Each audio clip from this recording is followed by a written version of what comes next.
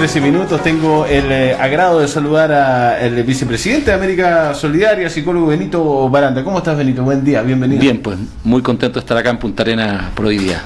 Te preguntaba fuera de micrófono cuándo fue la última vez que habías venido a Punta Arenas, y estuviste a principios de año en la inauguración de las clases Año Académico Santo Tomás. Santo Tomás, sí, ya, exactamente, ya. sí. O sea, no sé si eres un asiduo a la Patagonia, pero me gusta mucho y vengo feliz cada vez que me invitan. No había tenido la oportunidad, por ejemplo, de conocer Puerto Williams, y el año antepasado fui a Puerto Williams, me tocó una charla con la comunidad, recorrer parte de Navarino hasta el Bettinelli también caminamos, y muy emocionante, muy bonito, me gusta mucho. Bueno, sí. Estuvimos con el representante del pueblo Yagán hoy día en la mañana, temprano, con David Alday, a propósito de Navarino, que además el sector ha sido golpeado con el tema del Hércules C-130 hace algunos días, y es una maravilla el territorio subantártico, precioso ahí. Los bosques prístinos. Sí, aprovecho de decir a las personas también, para nosotros ha sido un dolor todo lo que ocurrió con el Hércules, así que nos sumamos a todo el dolor también de esta zona. Sí. ¿Por qué estás en Punta Arenas, Benito? ¿Te invitó la Cámara Chilena de la Construcción? Me invitó la Cámara Chilena de la Construcción y Salfacor para una charla que acabo de dar hoy en la mañana con un grupo de personas socios de la Cámara, acerca de lo que ha ido ocurriendo en Chile en los últimos meses, y de cómo podemos nosotros cooperar hoy día para cambiar parte del dolor que hay en Chile que ha llevado a esta crisis. Cuando dices nosotros, ¿quién? ¿América Solidaria? ¿Los chilenos? ¿La ciudadanía? La ciudadanía. ¿Cómo se puede? Yo creo que los tres poderes del Estado tienen que hacer mucho trabajo tiene que hacer el mercado, el empresariado, hombres y mujeres, y también mucho trabajo la sociedad civil.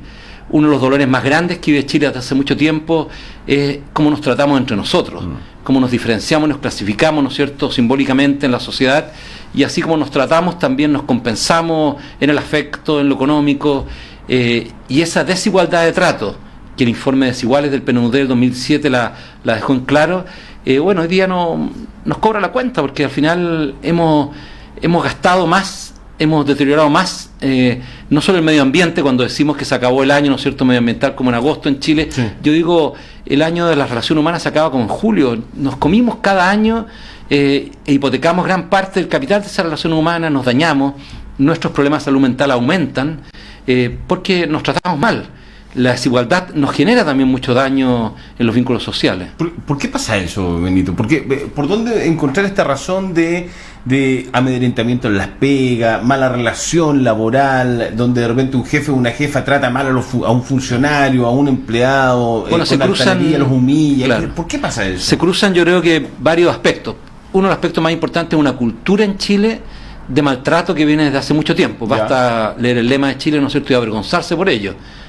Por una vergüenza, claro, es una vergüenza porque... Pero pasa en Latinoamérica, en realidad. Claro, ¿no? Pasa en Latinoamérica, pero hablando de Chile, ¿no es cierto?, es vergonzoso cómo tratamos a nuestros hijos dentro de las casas, el lenguaje que utilizamos. Yo que ando harto en transporte público en Santiago, el lenguaje es un lenguaje ofensivo, es la actitud agresiva frente al otro, ¿no es cierto?, no toleras el error del otro, o cuando otro te pide permiso, cuesta mucho ser amable, y sin amabilidad no hay hospitalidad, y sin hospitalidad no hay sociedad. Entonces, ese es uno de los aspectos más fuertes que vimos en Chile, y la construcción de la desigualdad, como el mismo Darwin lo describió en el 1836-37, cuando estuvo en Chile, en el Golfo Arauco, es algo que viene hace muchos años, me imagino yo, desde la colonia, de cómo se establecieron los vínculos entre los invasores, ¿no es cierto?, y las comunidades originarias, que al final, ¿no es cierto?, nos fue dañando mucho. Piensa lo que dijo este etnógrafo francés cuando llegaron los zoológicos humanos de este territorio a Francia, y dijo que eran los seres más abyectos que él había visto en su vida. Un etnógrafo, una persona con altos conocimientos, que no reconocía la dignidad del otro como igual a la de él. Entonces, esa construcción desigual nos ha penado por mucho tiempo, y a esa construcción desigual le hemos puesto, ¿no es cierto?, desigualdades grandes culturales, ya sea hacia la mujer, ya sea porque tú tienes más bienes y yo tengo menos bienes, más estudios, menos estudios, porque vivo en un determinado barrio, tengo un determinado apellido. Mucha gente en un tiempo ocultó su apellido mapuche, hoy día ya no, pero durante muchos años lo cambiaban, se ponían apellidos castellanos. Bueno, ese es el trabajo que le corresponde a las nuevas generaciones, a nosotros también, a mí también, pero yo creo que las nuevas generaciones tienen que seguir superando la pobreza, pero aquello que más nos empobrece es el trato no igualitario que tenemos en la sociedad. Hay un tema cultural de educación también, Benito, claro. Claro, y la educación nuestra, como una educación que exacerba fuertemente la competitividad y no la cooperación, al final entonces hace sentir a los estudiantes que vienen de pobreza, que les va bien, que ellos se deben a sí mismos, y genera generas un grupo de personas, generaciones de personas muy narcisistas, que se les olvida del origen donde provienen y al final no colaboran después en la construcción tampoco de comunidad. Entonces ya no quieren modificar sus barrios, no quieren vivir en sus barrios, no quieren transformar las realidades de sus ciudades. El otro día escuchaba a un amigo que es de Puente Alto, que volvió a Puente Alto y me dijo, mira cómo me tienen a mi Puente Alto. Yo le dije, pero si tú ya no vives en Puente Alto, renegaste Puente Alto, claro, vives en otro barrio. Claro, si se hubiesen quedado ustedes, seguramente Puente Alto no estaría como está, porque habrían trabajado más por la integración social. Entonces, yo creo que esa tensión la vivimos también fuertemente en la sociedad. Qué interesante lo que acabas de decir, Benita, en términos de que yo nazco en un entorno, crezco en un entorno, pero en algún momento de mi vida tomo la decisión de irme de ese entorno. ¿Por qué me voy de ese entorno? ¿Para mejores horizontes? ¿Quiero ser mejor de cómo crecí en esa parte? Siendo que mi aporte podría ser quedarme ahí, desarrollarme ahí y desarrollar ese territorio donde yo nací. Claro, lo que pasa es que en las sociedades más neoliberales hay una gran ansiedad por la evaluación social. Como te evalúan a ti de acuerdo a los bienes que tienes, de acuerdo a donde vives, de acuerdo al trabajo que tú tienes, y frente a eso tienes un valor A, B o C, claro, si tú vives en un determinado barrio, tu valor es inferior a lo mejor a otro barrio. Entonces esa evaluación social afecta mucho nuestra autoestima, ¿ya? Y esa autoestima al final es la que nos va mandando las decisiones que vamos tomando. Y se nos olvida que renunciar a nuestros propios orígenes es al final suicidarnos, porque terminamos siendo personas pobres interiormente y con mucha amargura, y nos enfermamos. Y poquita identidad, ¿no? Claro. Y nos terminamos enfermando, como muchos, ¿no es cierto?, terminan pagando atenciones de salud mental producto de la negación de los orígenes y de no tener el valor, ¿no es cierto?, de poder tratar igualitariamente a las personas que están alrededor, de tratarlas dignamente, sino que sentir que cuando tú tienes más bienes, más estudios, eres distinto a otros, tienes un valor superior a otros. Ya, y eso lo vinculamos claramente con lo que viene sucediendo en Chile hace 60 días, el estallido social, ¿no? Claro, esta rabia que afloró de un día. Es la fuerza que tienen ustedes, ¿no es cierto?, acá en Magallanes, cuando se dice que viene un terremoto, ¿no es cierto?, es la acumulación de energía que tienen ustedes. Bueno, esto es una acumulación de energía.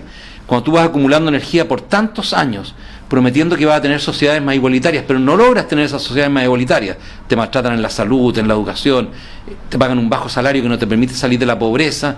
Bueno, en un momento esto explota por un hecho que a lo mejor uno dice insignificante, lo podrían haber resuelto antes, pero no, pero al final termina explotando porque por ahí tú canalizas la energía, ¿no es cierto?, acumulada de frustraciones que se deben a otras cosas, no a lo que ocurrió, por supuesto, sino a otras cosas. No son los 30 pesos, dicen muchos rayados en Santiago, son 30 años, dicen, ¿ya?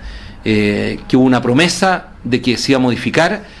Un ejemplo concreto de esa modificación, no sé, hubiese sido que hubiésemos tenido mayor disciplina en el alza del salario mínimo. Y lo más probable es que si hubiésemos tenido una buena disciplina, hoy día podríamos tener un salario mínimo de unos 700.000 pesos líquidos. No subirlo bruscamente ahora, sino haberlo subido progresivamente durante todos estos años. Lo subiste en el primer año de retorno a la democracia y nunca más lo subiste sustancialmente. Entonces, cuando tú tienes un salario que es inferior a la línea de la pobreza para una familia de 4 personas, lo que está haciendo es explotando a personas para generar riqueza. Y eso termina causando daño.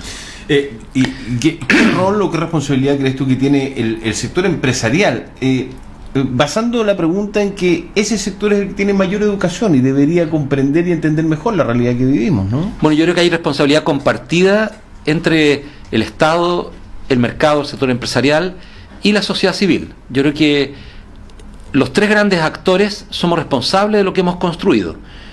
La sociedad civil hemos colaborado poco para la integración, para la inclusión de las personas. Hemos colaborado para armar redes de atención para personas que están, por ejemplo, en situación de pobreza, pero no para incluirlos dentro de la sociedad. Piensa tú las dificultades que todavía tiene la Teletón para incluir todas las personas que egresan de la Teletón.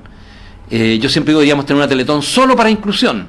Entonces, un año por medio deberíamos preocuparnos de cómo incluir a los que egresan de la Teletón en el mundo laboral, en el mundo educacional, en el mundo social, en el mundo cultural, en el mundo deportivo. En el mundo deportivo, por ejemplo, viste la dificultad que tuvieron los basquetbolistas que andan en silla de rueda para poder ir a jugar. Ustedes, los medios de comunicación, colaboraron mucho en una campaña para ello. Imagínate qué vergüenza, a mí me da una vergüenza tremenda. Tanto dinero que juntamos, ¿no es cierto?, para la Teletón o para las jornadas que ustedes tienen acá en Magallanes, y no lo hacemos para incluir a estas personas después. Entonces, la sociedad civil ahí tiene una gran tarea. Y recuerda tú que es en la sociedad donde nos discriminamos, en la calle. En la calle yo maltrato a una persona, la miro como un inferior, la ofendo, le grito, ¿no es cierto? De repente cuando uno graba, ¿no es cierto? Ahora graban, ¿no es cierto? Con el celular tantos hechos que ustedes mismos los reportan, ¿no es cierto? Sí. En la prensa, son tratos tristes, o sea, te humillo por tu condición social, por tu etnia, por donde vienes. Después está, por supuesto, el mercado, la empresa, y hay un rol muy importante de la empresa, ¿no es cierto?, para sentir que trabajadoras y trabajadores son socios en las iniciativas que ellos llevan adelante, no son empleados de ellos. Es un cambio de lógica. Hay un cambio de lógica en un movimiento de empresas que se llama los sistemas B o las empresas B, que se han ido extendiendo en Chile, pero también en las empresas tradicionales hay empresas que tienen otra lógica en el trato con los trabajadores, sí, pero no está tan extendido. No. Que yo te considero a ti como un socio mío. Si tú aportas tu capital también aquí en la radio. Gracias a ti. Claro, tú eres el que sabe de esto. Entonces, el propietario de la radio tiene que considerarte a ti un socio y no solo un trabajador. No es que él aporte el capital y tú aportas el trabajo. Él aporta su capital, pero también aporta su trabajo y tú aportas tu capital y tu trabajo también en esto. Ese cambio en la empresa tiene que venir, y ese cambio, ¿no es cierto?, ha hecho que hoy día muchas empresas estén reflexionando en las compensaciones salariales. Tú puedes tener en tu última línea un ingreso inferior, ¿no es cierto?, una ganancia inferior al todo el 3% hoy día, porque vas a tener que modificar tu estructura salarial. No puede ser que paguemos los salarios altos que pagamos en Chile, es una vergüenza. Esos salarios es una vergüenza. La gente dice, los parlamentarios sí, pero también muchas de las personas que trabajan, ¿no es cierto?, por ejemplo, en los medios de comunicación, como un senador, ¿no es cierto?, enrostró a una de las conductoras de televisión que se quejaba del salario que él tenía, le dijo, y su salario, le dijo. 3 veces más. Claro, pero te fijas como, entre todos nosotros nos tenemos que mirar, tenemos que mirar, y eso ocurre en el mundo, ¿no es cierto?, empresarial, y por supuesto en el Estado es la principal queja ciudadana, es cómo son tratadas las personas en el Estado, es un Estado humillante. Piensa el escándalo que ustedes han sacado, ¿no es cierto?, ahora los medios de comunicación, que ocurrió en el Ministerio de Vivienda. Sí, por el mismo. Cómo nos humillaron a través de esas licitaciones. Así es. Ya siendo que la gente del ministerio saca la mugre trabajando, la gran mayoría, hace grandes esfuerzos y ha hecho grandes cambios en la política, pero un grupo de personas vulneró, ¿no es cierto?, esa confianza y dañó a una institución que tiene mucho trabajo y que le debe mucho a Chile también. Entonces, el Estado tiene que hacer también una gran transformación, y si las personas que trabajan en el Estado no lo hacen de buena manera, no lo hacen siendo justo con los demás, no nos pidan justicia.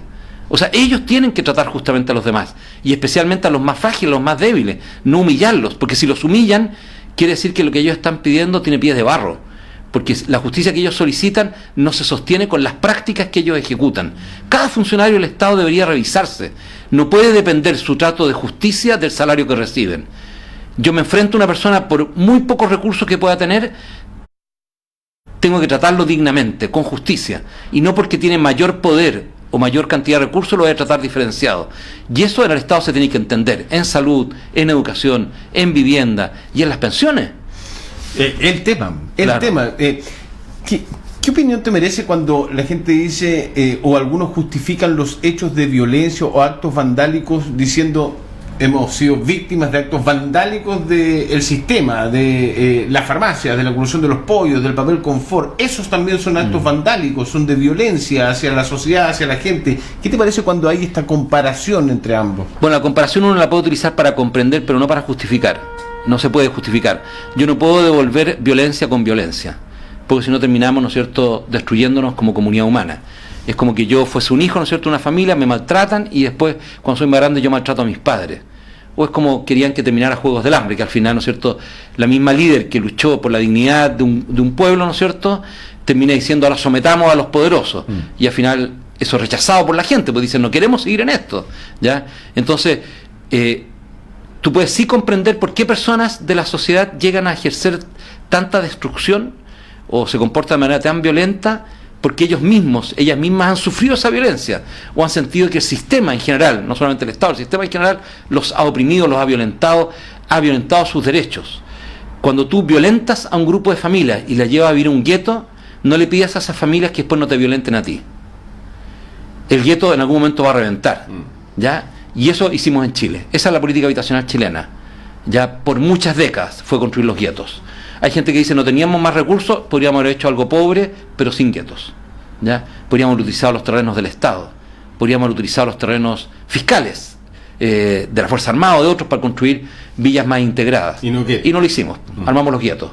Y eso nos genera, ¿no es cierto?, un gran daño, porque esas personas hoy día nos salen a destruir a nosotros porque ya fueron destruidos por nosotros. Esa es la comprensión, pero por supuesto no es la justificación, porque mucha gente que vive en guetos no salió a destruir, ¿ya? Y no tiene la ambición de destruir, ¿ya? Lo que desearía es no seguir viviendo en guetos y que eso no se siga replicando en Chile. Y yo creo que lo que viene ahora es un ejercicio tremendo, que vamos a tener 30 años muy duros en Chile, porque va a implicar desmontar una política habitacional, generar oportunidades para niños y jóvenes en sectores populares que no le hemos generado, discontinuamos todas las políticas, por ejemplo, reinserción escolar, para todos aquellos que tienen rezago escolar, es muy poquito, son organizaciones de la sociedad civil, algunos municipios que lo hacen, pero con una subvención miserable del Estado, miserable, que no habla de prioridad. Hemos sido incapaces de reformar el Sename, llevamos años, yo recuerdo de hace 3 décadas atrás más o menos que se quería reformar el Sename y no lo hemos logrado como sociedad. Entonces yo creo que esa reflexión que ahora viene va a implicar un cambio muy fuerte, y ese cambio va a ser duro, yo siento que va a ser duro, un cambio cultural. Absolutamente. Todos sabemos lo que ha sucedido, las situaciones a las que se ha visto enfrentada la Iglesia Católica a nivel mundial, ¿no? Pero también a nivel nacional. ¿Hubiese sido distinto si el rol o con el rol protagonista de la Iglesia Católica hubiesen sido distintos estos meses de estallido social? Por supuesto. Ve lo que está pasando en Colombia. La persona que dirige la mediación es un sacerdote, uno del obispo. Entonces, bueno, lo de Chile ha sido muy duro. Yo que trabajo en la Plaza Dignidad, Italia, Baquedano. ¿Te gusta el nombre? Sí, ¿no? Por supuesto, porque además está José Martí, está Manuel Rodríguez, está Balmaceda, está el reconocimiento, ¿no es cierto?, de un monumento a la libertad alrededor. Entonces tú le puedes poner un nombre definitivo de Plaza de la Dignidad. Ha tenido varios nombres esa plaza, además. Hasta Colón se llamó en un momento, sí, así que yo me llevé la sorpresa. Sí. Yo creo cuando paso por ahí, me recuerdo mucho, y esta pregunta que tú me haces me remueve mucho, porque soy una persona que participa de la Iglesia Católica activamente, conozco a muchos de los obispos, conozco al obispo acá de Punta Arenas, ¿no es cierto?, a quien le mando muchos saludos, y veo los rostros de esos obispos y de muchos sacerdotes que quiero, que estimo, y de muchos sacerdotes y obispos que han causado mucho daño, algunos vivos y otros no vivos, están colgando en la Plaza Baquedano ahora. Y dice dónde están, como que se buscan, y unos rostros gigantes, lo tenían puesto alrededor de toda la estación antigua, en la parte alta, ahora están hacia adentro de la estación, los sacaron de afuera, y bueno, y me produce un impacto muy duro, porque los conozco a casi todos. Me ha tocado estar y compartiendo con ellos. ¿Has conversado con ellos? ¿Conversas en la interna de repente? ¿Un WhatsApp, un teléfono? Sí, de repente, pero están más para adentro, porque es un momento muy duro para ellos, porque muchos de los que no han participado en todo esto, por supuesto, recibieron todos los dardos de esto. A mí me toca recibir algunos de los dardos como parte de la iglesia también, en la calle o en otros lugares, pero mínimo al lado de lo que les ha tocado a ellos. Y yo creo que la iglesia, por supuesto, es la iglesia más afectada en América Latina. Es la chilena. Por la confianza, claro, es la que bajó más, se fue a pique. La menos valorada en este momento, menos inclusive que la uruguaya, que era la menos valorada, ¿ya? Y eso la hace no poder tener ningún rol. Ya hoy día no puede aparecer, lamentablemente. O sea, una declaración de la iglesia, la verdad es que es anecdótico, hoy día no tiene ninguna influencia ni siquiera entre los católicos. Ni siquiera de encina sería, nada, ¿no? O sea, yo creo que tiene que trabajar mucho para vincularse con la pobreza estrechamente, para volver a trabajar con los jóvenes y para volver a conformar comunidad. Ese es el trabajo que hoy día tenía la iglesia. Y nosotros, otros miembros de la iglesia, podemos colaborar, ¿no es cierto?, en lo que viene y en lo que estamos haciendo ahora. Muchos estamos colaborando de los que hemos sido formados dentro de la iglesia. Pero el resto, lo que son los líderes, las autoridades, también van a tener un cambio cultural. Su poder es mucho menor hoy día. Y ojalá que lo sientan así, no se sientan como patrones o dueños de su feudo, no se sientan, ¿no es cierto?, que sus diócesis ellos determinan, que ojalá ya comiencen a entender que el poder es colectivo, y si no es colectivo, no hay poder para la iglesia, no hay poder dentro de la iglesia, que eso piramidal monárquico no debería existir, lo deberíamos extirpar, no es parte de la estructura de la iglesia, ya no lo era en el origen, entonces que no lo vengan ahora a inventar ya ellos y ellas ni como herencia, ya, y eso es un cambio también cultural para la iglesia que va a ser duro, porque los párrocos son dueños de las parroquias, los religiosos son dueños de sus obras, siendo que todas las obras de ellos, todos los salesianos acá, se han mantenido gracias a la comunidad. Ninguno de ellos ha armado lo que han armado gracias a la comunidad. Ya, gracias a la comunidad tienen los lugares que tienen, hacen lo que hacen, también a su trabajo, pero principalmente gracias a toda la comunidad. Entonces, ese es un cambio que ojalá también venga desde dentro de la iglesia, pero solo va a ocurrir, reitero, si hay vínculo con la pobreza, si se incluye a los jóvenes y si volvemos a armar comunidades de base dentro de nuestras comunidades parroquiales. Vamos a aprender, lo último, Benito, vamos a aprender como sociedad, nos va a costar mucho. Está encrispado, te sales de los grupos de WhatsApp, se pelean los familiares, ya no van a almorzar los domingos, seguramente alguna parte de la familia, porque mejor prefiero evitar y minimizar los riesgos, porque seguramente van a hablar del tema y van a quedar la escoba. ¿Vamos a aprender o esto es cíclico? Bueno, yo creo que las tomas de conciencia, el otro día escuchaba a la antropóloga Patricia May, los niveles de conciencia se van adquiriendo cíclicamente con las crisis, entonces vamos aprendiendo. Bueno, y esto, de donde viene la palabra crisis, se entiende, ¿no es cierto? El origen de la palabra crisis. Y yo creo que van a venir muchas otras crisis. Pero esta crisis, y ayer me hablaba una diplomática de la Embajada de España, me decía que le tocó vivir la primavera árabe en el Cairo. Y me dice, usted no tiene nada comparado con la primavera árabe fue tremenda, Benito, tremenda. Sí. Esta crisis yo creo que la hemos enfrentado mejor que la del 73. ¿Ya? Y yo creo que vamos a salir mucho mejor que la del 73, porque vamos a salir con un cambio cultural que va a perdurar en el tiempo, y lo vamos a exigir los ciudadanos. Y las nuevas generaciones hoy día se involucraron, ¿ya? Y eso puede hacer que lo que viene, por lo menos en los próximos 30 años, va a ser un trabajo para una sociedad más igualitaria que nos ha costado mucho construir en Chile. Y eso es un salto cualitativo que va a ser descomunal, yo creo que se va a recordar en la historia. O sea, si logramos hacer bien, y ojalá pueda usufructuar algo de eso cuando antes de morir, no sé, tengo 60 años, decir que pudimos contribuir con un granito de arena a tener un trato diferente dentro de la sociedad, donde nos viésemos, ¿no es cierto?, con igualdad, con mayor dignidad entre nosotros, y que las prácticas cotidianas fuesen de justicia y no de humillación. Benito Baranda, un gusto conversar contigo a esta hora de la mañana. Esta visita de médico por la Patagonia que hizo, ¿no? Llegó hoy día en la mañana y se va en la noche, ¿no? Así es. Así que, gracias. Buen regreso, ¿eh? Muchas gracias. Muy bien, gracias. Pausa, chao. Ya venimos.